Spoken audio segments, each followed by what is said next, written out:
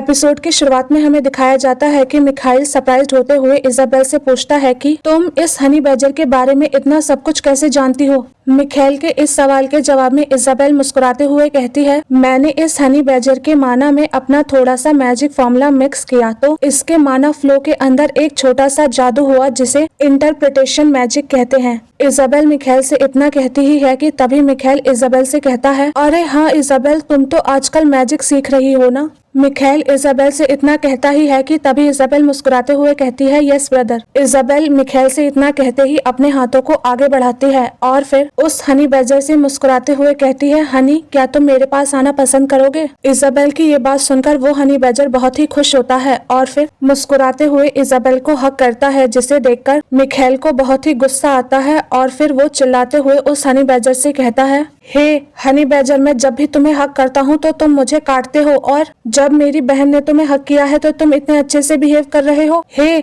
Honey badger, ये बहुत ही गलत बात है। मिखाइल उस हनी बैजर पर चिल्लाता रहता है पर वो हनी बैजर मिखाइल को इग्नोर करता है कि तभी इजाबेल उस हनी बैजर के ऊपर एक मैजिक करती है जिससे वो हनी बैजर बोलने लगता है। वो हनी बैजर सबसे पहले मिखाइल से गुस्से में कहता है, मैं तुम्हें बिल्कुल भी पसंद नहीं करता, तुम मुझे बिल्कुल भी अच्छे नहीं लगते। उस हनी बैजर की ये बात सुनकर मिखाइल बहुत ही शॉक होता है और फिर उस हनी बैजर से कहता है, आखिर तुम मुझे पसंद क्यों नहीं करते। मिखाइल के इस सवाल के जवाब में वो हनी बैजर इरिटेट होते हुए कहता है, क्योंकि तुम हमेशा अच्छी चीजें अपने पास रख लेते हो और मुझे सारी बुरी चीजें दे देते हो। उस हनी बैजर की ये बात सुनकर मिखाइल चिल्लाते हुए कहता है, क्योंकि मैंने तुम्हें हमेशा एक अच्छा दोस्त समझा है। मिखाइल की ये बात सुनकर वो हनी बैजर कहता है, नहीं, तुम मेरे दोस्त नहीं हो। उस हनी बैजर की ये बात सुनकर मिखाइल बहुत ही इरिटेट होता है और फिर उस हनी बैजर से कहता है, अगर मैं तुम्हारा दोस्त नहीं हूँ तो आखिर मैं तुम्हारे लिए क्या हूँ। मिखाइल की ये बात सुनकर वो हनी बैजर मिखाइल से कहता है, तुम एक ऐसे इंसान हो जो मुझे खाना देता है।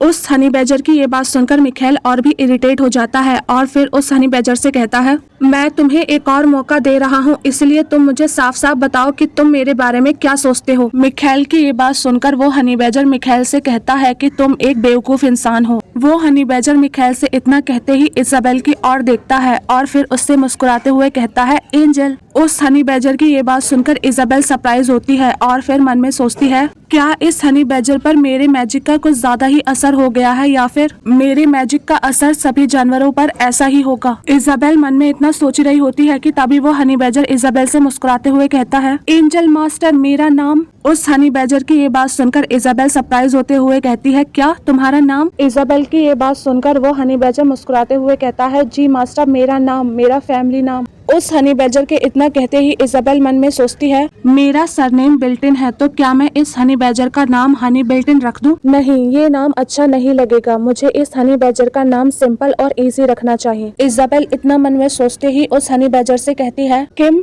हनीबी, तुम्हारा नाम आज से किम हनीबी है। इजाबेल की ये बात सुनकर वो हनी बैजर मुस्कुराते हुए कहता है, ठीक है, आज से सब मुझे किम हनीबी बुलाना। उस हनी बैजर के इतना कहते ही सीन शिफ्ट होता है और फिर हमें कुछ दिन बाद का सीन दिखाया जाता है जहाँ पर कैरीना इजाबेल से चिल्लाते हुए कह रही होती है, क्या प्रिंसेस आपने इस हनी बैजर की मन की बातों को एक राइटिंग मैजिक में बदल दिया है। कैरीना की ये बात सुनकर इजाबेल मुस्कुराते हुए कहती है, जी हाँ टीचर। इजाबेल की ये बात सुनकर कैरीना सरप्राइज होते हुए कहती है, प्रिंसेस आपने पहले तो एक मैजिक थ्योरी खुद ही कंप्लीट कर ली और उसे मुझे बिना बताए किसी पर अप्लाई भी कर लिया। कैरीना की ये बात सुनकर इजाबेल उससे कहती है, जी हाँ टीचर, मैंने उस मैजिक स्पेल पर बहुत ही ज्यादा मेहनत की थी, इसलिए मैंने सोचा कि क्यों ना मैं उसे ट्राई कर लूं। इजाबेल की ये बात सुनकर कैरीना मन में सोचती है, प्रिंसेस बात सिर्फ इतनी सी नहीं है कि आपको मैजिकल थ्योरीज आती हैं या फिर आपके अंदर मैजिकल पावर्स हैं, पर अगर आपको किसी जानवर के अंदर मैजिकल पावर्स यूज करनी है तो आपको सबसे पहले एक बहुत ही बेहतरीन मैजिकल कास्टर बनना होगा ताकि आप उस जानवर के इमोशंस को समझ सकें। और तो और आप जिस जानवर के अंदर माना कास्ट कर रही हैं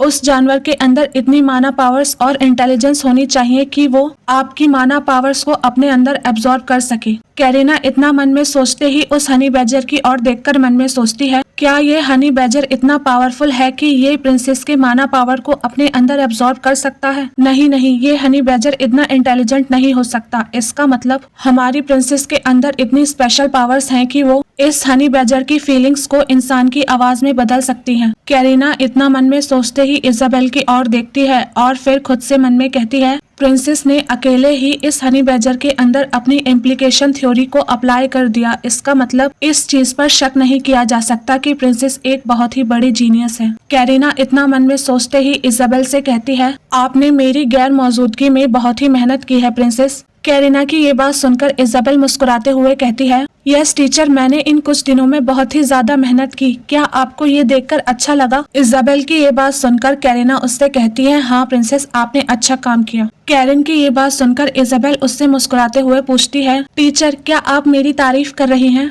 इजाबेल की ये बात सुनकर कैरिन उससे मुस्कुराते हुए कहती है, जी हाँ प्रिंसेस, मैं आपकी तारीफ कर रही हूँ और मैं ये आशा करती हूँ कि आप फ्यूचर में भी ऐसे ही काम करती रहें। कैरिन की ये बात सुनकर इजाबेल बहुत ही खुश होती है और फिर वो हनी बैजर को हक करती है, जिसे देखकर हनी बैजर बहुत ही खुश होता है और मन में सोचता है, वाह, इस लड़की ने मुझे ऐसे हक कर रखा है तो मुझे कितना अच्छा लग रहा है और मेरा मन कर रहा है कि काश मैं जिंदगी भर ऐसे ही रहूं। वो हनी बैजर मन में इतना सोच रहा होता है कि तभी वहाँ पर मिखाइल आ जाता है और वो हनी बैजर को इजाबेल की गोद से खींच लेता है और फिर हनी बैजर से कहता है, हनी बैजर, अब तुम्हारे घर जाने का समय हो गया है। मिखाइल की ये बात सुनकर हनी बैजर को बहुत ही गुस्सा आता है, इस वजह से वो चिल्लाने लगता है, पर मिखाइल हनी बैजर को इग्नोर करते हुए इजाबेल से मुस्कुराते हुए कहता है, इजाबेल, अब मैं तुमसे बाद में मिलूंगा। मिखाइल की ये बात सुनकर इजाबेल उससे कहती है, ठीक है ब्रदर। पर मिखाइल के वहाँ से जाते ही इजाबेल डिसअपॉइंट हो जाती है और फिर मन में सोचती है, मैंने उस हनी बैजर को जब गले से लगा रखा था तो मुझे कितना गर्म और सॉफ्ट लग रहा था, पर अब उसके जाते ही मुझे इतना बुरा क्यों लग रहा है। इजाबेल इतना मन में सोच रही होती है कि तभी उसकी नैनी उससे कहती है, प्रिंसेस, ये कितनी अजीब बात है कि वो हनी बैजर आपसे कितने प्यार से बात करता है, पर जब भी वो प्रिंस मिखाइल को देखता है तो वो गुस्से में आ जाता है। अपनी नैनी की ये बात सुनकर इजाबेल मन में सोचती है, हाँ, ये बात सचमुच बहुत अजीब है कि वो हनी बैजर सिर्फ मुझसे ही प्यार से बात करता है, जबकि जब भी वो ब्रदर मिखाइल को देखता है तो वो गुस्से में आ जाता है। इजाबेल इतना मन में सोचते ही अपनी नैनी से मुस्कुराते हुए कहती हैं, नैनी, शायद आप ठीक कह रही हो, पर मुझे लगता है कि वो हनी बैजर थोड़ा सा शर्मीला है, इसीलिए वो इस तरह से बिहेव करता है। इजाबेल इतना अपनी नैनी से कहती ही है कि तभी उसे याद आता है कि कुछ दिन पहले हनी बैजर को इतनी गर्मी लग रही थी कि वो पूरे फर्श पर लेट गया था। और अब जब इजाबेल को ये बात याद आती है तो वो अपनी नैनी से कहती है, नैनी, मुझे अभी याद आया कि हनी बैजर को गर्मियाँ बिल्कुल भी पसंद नहीं, तो क्या मैं उसके लिए मौसम को ठंडा करने वाला मैजिक सीखूं? नैनी, क्या ये हनी बैजर को पसंद आएगा? इजाबेल की ये बात सुनकर उसकी नैनी उससे मुस्कुराते हुए कहती है, जी हाँ प्रिंसेस, ये हनी बैजर को बहुत ही पसंद आएगा। इजाबेल की नैनी इजाबेल से इतना कहती ही है कि तभी सीन शिफ्ट होता है और फिर कुछ देर बाद का सीन दिखाया जाता है, जहाँ पर मिखाइल हनी बैजर से चिल्लाते हुए कह रहा होता है, ओए एहसान फरामोश हनी बैजर, तेरी इतनी हिम्मत कि तूने मुझे अपने नाखूनों से खरोचा। अभी तू रुक वहाँ पर, मैं तुझे इस तरह से खरोचूंगा कि तू अपनी शक्ल नहीं पहचान पाएगा। मिखाइल को ऐसे चिल्लाता हुआ देखकर वो हनी बैजर फर्श को खरोचने लगता है कि तभी मिखाइल उससे कहता है, रुक जा हनी बैजर, आज मैं तुझे छोड़ूंगा नहीं। मिखाइल इतना कहते ही उस हनी बैजर को मारने के लिए दौड़ता है कि तभी वो हनी बैजर हवा में छलांग लगाता है और कुछ ही पलों में हवा में गायब हो जाता है। और ये सब देखकर मिखाइल बहुत ही शॉक होता है और फिर हनी बैजर को इधर उधर ढूंढने लगता है, पर उसे हनी बैजर कहीं भी नहीं मिलता।